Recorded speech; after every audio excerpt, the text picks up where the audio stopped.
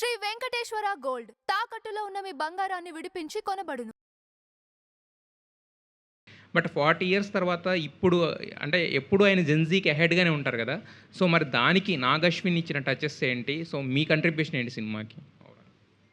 అదే ఆయన మీరు చెప్పినట్టు ఇప్పుడు ఆదిత్య 369 ఈరోజు రిలీజ్ చేసిన అహెడ్ ఆఫ్ ఇట్స్ టైంలానే అనిపిస్తుంది. సో ఇప్పుడు ఆయన ఆదిత్య 369లో ఏఐ గురించి ఎలా మాట్లాడారో ఇప్పుడు కూడా అలానే మాట్లాడుతున్నారు. సో ఆయన స్టోరీస్, ఆయన ఐడియాస్ ఎప్పుడు ఏజ్ అవ్వలేదండి. So I'm there only to help ఆయన విజన్ని ముందుకెలా తీసుకెళ్లాలని ప్లాన్ అంతే.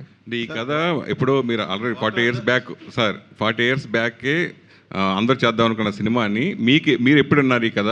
విన్నప్పుడు ఇప్పుడు ట్రెండ్కి ఏ విధంగా ఉంటుందని మీరు చెప్పారు. మీరు చెప్పిన సలహా ఏంటి ఆయనకి? నేను ట్రెండ్కి ఏం సలహా చెప్పలేదండి. నేను ఫస్ట్ మహానటి తర్వాత విన్నాను. మహానటి తర్వాత చెప్పారు యాక్చువల్లీ కదా. నేను ట్రై చేస్తున్నాను ఇలాంటి సినిమా, ఇలాంటి యాక్టర్స్ కావాలని. దాని తర్వాత మేము వేరే మూవీస్ చేసుకుంటూ పోయాం. మళ్ళీ 2021లో ఆయన వేరే యాక్టర్స్తో ట్రావెల్ అయ్యేటప్పుడు అప్పుడు విన్నాను ఒకసారి. దాని తర్వాత అరౌండ్ 23 కల్కి ఎండింగ్ ఆ టైప్లో ఆయన ఇంకా వేరే స్టోరీస్ ఏదైనా ఉంటే చెప్పండి సార్, లేకపోతే అలా వేరే వాళ్ళు అడిగే టైంలో ఆయన ఓన్లీ ఈ ప్రాజెక్ట్ మీద అంత ప్యాషనెట్ ఉన్నారని తెలిసింది. ఆల్మోస్ట్ మానటి నుంచి కల్కి ఎండింగ్ ఆల్మోస్ట్ 5-6 ఇయర్స్ టైమ్. మనకు 5-6 ఇయర్స్ ఒక కథ మీద ఎవరు ఉండము ఇప్పుడు కూడా. సో ఆయన అంత ప్యాషనెట్ ఉంటారంటే they must be something. So we really just wanted to make it happen. ఆయన ఇష్టపడిన వాళ్ళు అంటే ఎవరు ఉంటారు, డైరెక్టర్ చాలామంది ఇన్స్పిరేషను. అయితే మీకు మరీ భక్తి అన్నట్టుగా మొన్న ఫంక్షన్లో చెప్పులు కూడా తీసేసి మీరు కింద కూర్చోవడం ఒక ఎంత అయితే చెప్పులు కూడా తీసేసి అంత స్వామి భక్తి మీకు అసలు ఆయన ఎప్పటి నుంచి ఆయనతో మీకు కలిగింది? అంత అంటే జస్ట్ ఆయన స్టేజ్ మీద వెళ్ళేటప్పుడు వీల్ చైర్తో వెళ్తున్నప్పుడు జస్ట్ అక్కడ ఉన్నా అండి. అక్కడ ఆయన్ని పంపించి పక్కన కూర్చున్నా అంతే. సో పెద్ద అంత సీన్ లేదు అక్కడ. బట్ డెఫినెట్లీ చాలా భక్తి, definitely lot of respect. But ఆయన కింద మామూలుగా నేల మీద కూర్చుంటే చెప్పులు అడ్డం వస్తాయి, సో ముందు పెట్టుకున్నా అంతే. దానికన్నా పెద్ద డిస్కషన్ లేదు అక్కడ. సంగీతం గారు హలో ఏంటండి? సో 40 ఇయర్స్ బ్యాక్ అనుకున్న సబ్జెక్ట్ కదా, అవును. ప్రజెంట్ జనరేషన్కి తగ్గట్టుగా what are the changes you made? Sir సంగీతం సార్ యాక్చువల్లీ నాకన్నా మోర్ అడ్వాన్స్ జనరేషన్ అనిపిస్తుంది. ఆయన జెన్ ఆల్ఫా లాగా అనిపిస్తుంది నాకు, జెన్ జీ కూడా కాదు. ఆయన ఏదన్నా ఒక ఫర్ ఎగ్జాంపుల్ మేము స్టోరీ రూమ్ డిస్కషన్స్లో ఏదన్నా మాట్లాడుకుంటుంటే ఆర్ ఒక సీన్ గురించి చెప్తుంటే ఆయన ఫస్ట్ అయ్యో అది ఎప్పటి నుంచో చూస్తున్నాం, అసలు నాగేశ్వరరావు రామారావు గురించి అలానే చేస్తున్నాడు, కొంచెం కొత్తగా ఆలోచించండి అని చెప్తారు రైటర్స్కి.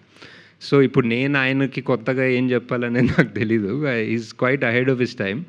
అండ్ కాన్సెప్ట్స్ అనేది టైమ్లెస్ ఉంటాయండి. ఎలా ఇప్పుడు ఒక ఊరిలో ఒక శాపం వచ్చి అందరు పాడుతున్నారు అన్న కాన్సెప్ట్ మనం 1980లో తీసిన 2020లో తీసిన ద కాన్సెప్ట్ ఇస్ కొత్తది. సో దానికి టైం ఉండదు అనుకుంటా. నాగశ్విన్ గారు, first of all I congratulate you for one fantastic phenomena that you brought back a legend like Sangeetam Srinivasaravu into action.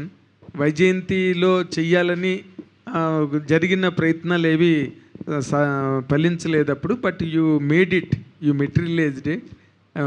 I congratulate you for that. It's a very great gesture from your side. And ఇప్పుడు ఈ సినిమాకి సంబంధించినంత వరకు music is being heard as a predominant factor of the film. ఏంటండి ఇది? అంటే music కల్చర్కి సంబంధించిందా, లేకపోతే మ్యూజిక్తో కమ్యూనికేషనా, లేకపోతే మ్యూజిక్ ఒక క్యారెక్టర్ ఆ సినిమాలో ఏంటి? What is that part played by music in this film? అదే చెప్పాను కదండి, ఊర్లో ఒక శాపం వస్తుంది. ఆ శాపం వల్ల అందరి మాటలు ఈవెంట్లో మాట్లాడుతూ నన్ను తండ్రితో సమానంగా చూసుకున్నారు, చాలా ప్రేమగా చూసుకున్నారని చెప్పారు ఆయన. సో ఆయన గురించి చాలా వరకు మీకు డీప్ నాలెడ్జ్ ఉందని కూడా చెప్పారు. సో మీరు బయోపిక్ ఎలా స్పెషలిస్ట్ కాబట్టి ఆయన బయోపిక్ ఏమైనా మీరు తీసే అవకాశం ఉందా? సంగీతం గారు అదే చెప్తున్నా కదా, సార్కి ఇలాంటి ఐడియాలు చెప్తే ఆయన మంచి కౌంటర్ వేస్తారు. ఆయనకు అసలు ఇలాంటివి ఇష్టం ఉండదు. బట్ యా, అంటే ఆయనతో ఇన్ని రోజులు ఇన్ని నెలలు సంవత్సరాలు స్పెండ్ చేయడమే ఒక అడ్వాంటేజ్, ఒక లక్, బ్లెస్సింగ్ అనుకోవాలండి. సో బియాండ్ దట్ ఏం ప్లాన్స్ లేదు. అంటే ఆయన లైఫ్లో అంటే ఈ స్టోరీ ఉండిపోయింది అని మీకు చెప్పారా, లేదా మీరు ఆయన అడిగారండి స్టోరీ? లేదండి. 94-year-old కదా ఆయన, ఎందుకు అంత కష్టపెట్టారు ఆయన్ని మీరు? ఏ అంటే ఇప్పుడు 21-year-old మీద కూడా ఖర్చు పెడతాం కదండి. ఆ సేమ్ క్వశ్చన్ అడగచ్చు కదా. ఇప్పుడు 18-year-old వచ్చి ఎవరైనా సినిమా తీశారనుకోండి, ఒక మంచి సినిమా, ఒక మంచి కథ చెప్పారు, ఏంటి ఆయనకు 18 ఏళ్ళే కదా ఎందుకు పెడుతున్న డబ్బులు అని కూడా అడగచ్చు. స్టోరీ మీద పెడతాం ఎవరన్నా డబ్బులు, అండ్ స్టోరీ బాగుంటుంది, ఆ స్టోరీ బయటికి వెళ్తే ఒక పెద్ద హిట్ అవుతుందో, జనాల్ని ఇన్స్పైర్ చేస్తుందో. ఇప్పుడు 40 ఏళ్ళ ముందు ఆదిత్య 369 తీశారు, ఇప్పుడు మొన్న రిలీజ్ అయినప్పుడు కూడా మా కొడుకు వెళ్ళి చూసాడు సినిమా అండ్ ఇన్స్పైర్ చేసింది. సో అలాంటి సినిమాలు తీయాలి కదండి బేసిక్లీ. సార్ అశ్విన్ గారు, అంటే కమలా మీరు కూడా పాట పాడితే చెప్పండి సమాధానం. మీరు క్వశ్చన్ అడగండి, అదే నేను ట్రై చేస్తాను. మీరు క్వశ్చన్ పాటలు అడగండి, నేను ట్రై చేస్తాను reverse.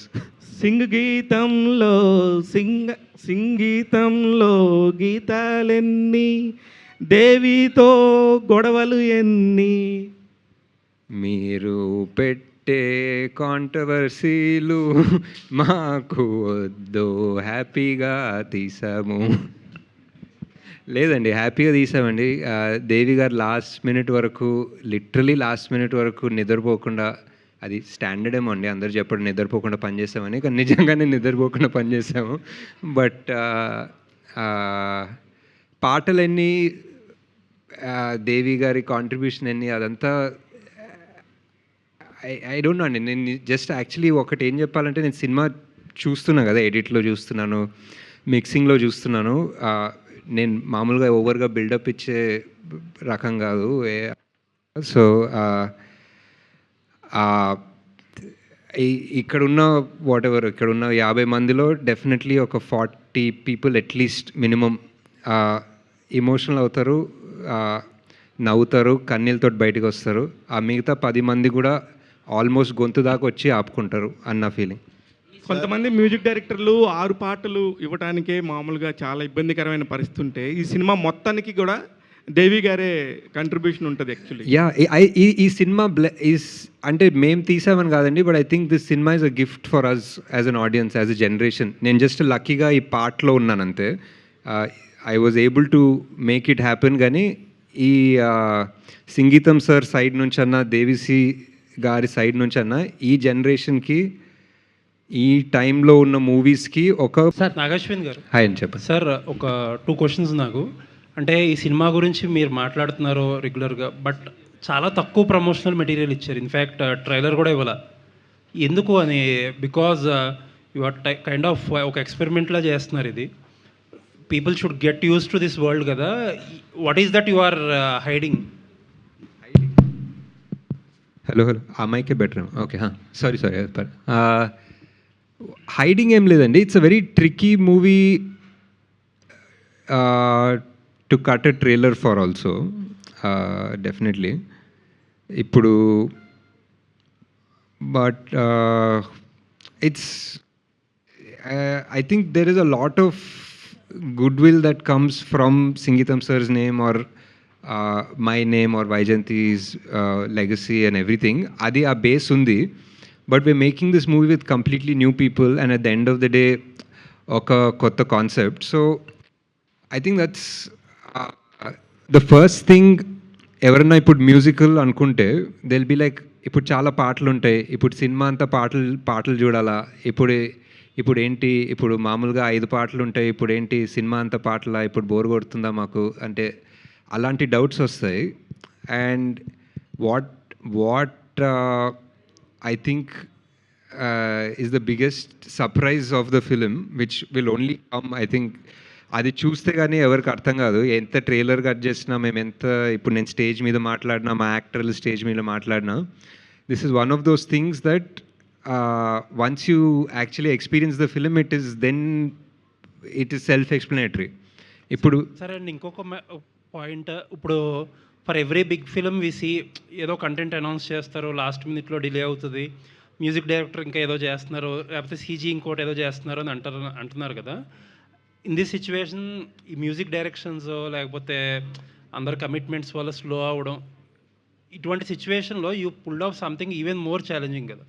Like every dialogue is a song అన్నప్పుడు ఈ మ్యూజికల్ జర్నీని ఎలా క్రాక్ చేసేవండి? బికాజ్ దేవి గారు కూడా is a busy music director. Devi గారు definitely he's a busy music director అండి, but he gave his full 100%.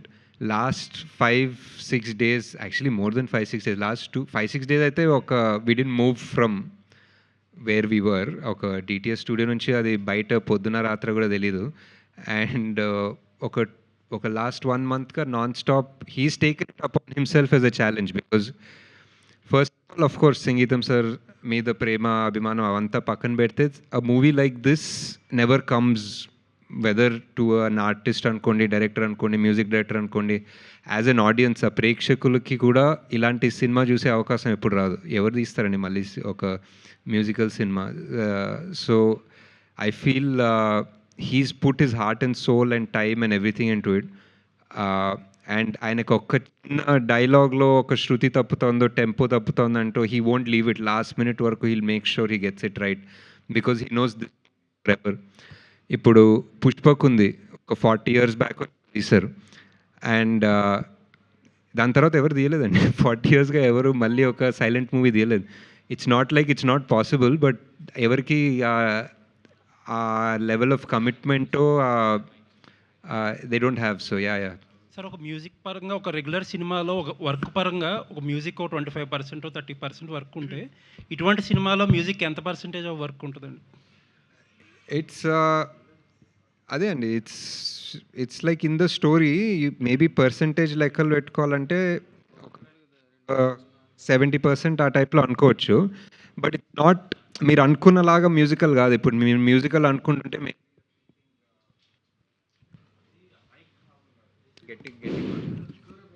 Hi. So మామూలుగా మీరు మ్యూజికల్ అనుకుంటే సౌండ్ మ్యూజిక్,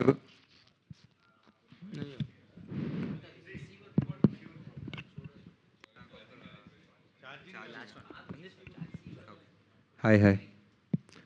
సో మీరు మ్యూజికల్ అనుకుంటే మామూలుగా ఒక సౌండ్ ఆఫ్ మ్యూజిక్, ఒక అలాంటి Hollywood singing in the rain అలా అనుకుంటారు కదా. ఒక కొన్ని సీన్లు వచ్చి సడన్లీ ఒక కొరియోగ్రాఫ్డ్ విజువల్ వస్తుందని. So this is not like that అండి. దిస్ ఈజ్, ఇప్పుడు మీరు Pushpak for example silent movie అనుకుంటున్నారు కదా. కాదంటే మ్యూజిక్ ఉంటుంది, బట్ పుష్పక్ అంటే మీరు సైలెంట్ సినిమా అనుకుంటారు కదా ఎవరైనా అడిగితే. బట్ పుష్పక్లో సైలెంట్ సినిమా కాదండి, అది కావాలని సైలెంట్ ఉన్న సినిమా కాదు. అది ఆ సినిమాలో మాట్లాడే అవకాశం ఉండదు అంతే. అది ఎవరైనా మాట్లాడే టైంకి ఎవడో హార్న్ కొడతాడు, లేకపోతే ఎవరో పక్క నుంచి వస్తారు, లేకపోతే ఏదో మ్యూజిక్ వస్తుంది, లేకపోతే లిఫ్ట్ డోర్ మూసుకుంటుంది. That is the genius of Sangeetham cinemas. హిడెన్ కావాలని సైలెంట్ సినిమా తీయలేదు. అండ్ ఇక్కడ కూడా కావాలని ఊరికే పాటలు పెట్టాలని మ్యూజికల్ సినిమా తీయలేదు. అది ఎలా ఎక్స్ప్లెయిన్ చేయాలో అనేది మీరు ఎనీవే సినిమా చూస్తారు. ఐ హోప్ మీరు చూసిన వెంటనే I think you will understand why I'm not able to explain it, because it's an experience. Thank you so much, Andy.